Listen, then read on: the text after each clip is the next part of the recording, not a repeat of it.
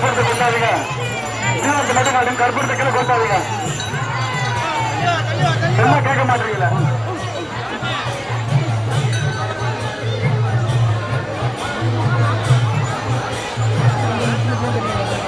குழந்தை கையில போடுங்க. கூட்டம் குழந்தை கையில கொடுத்துருங்க. யாரும் வந்து குழந்தை விட்டுறாதீங்க. கூட்டத்தில் குழந்தை விட்டுறாதீங்க. குழந்தைங்க கையில போடுங்க. கூட்ட நேரத்தில் நிறைய கூட்டம் வந்திருக்காங்க. ஏற்கனவே 3 பேர் பிடிச்சிருக்காங்க. 3 பேர் பிடிச்சி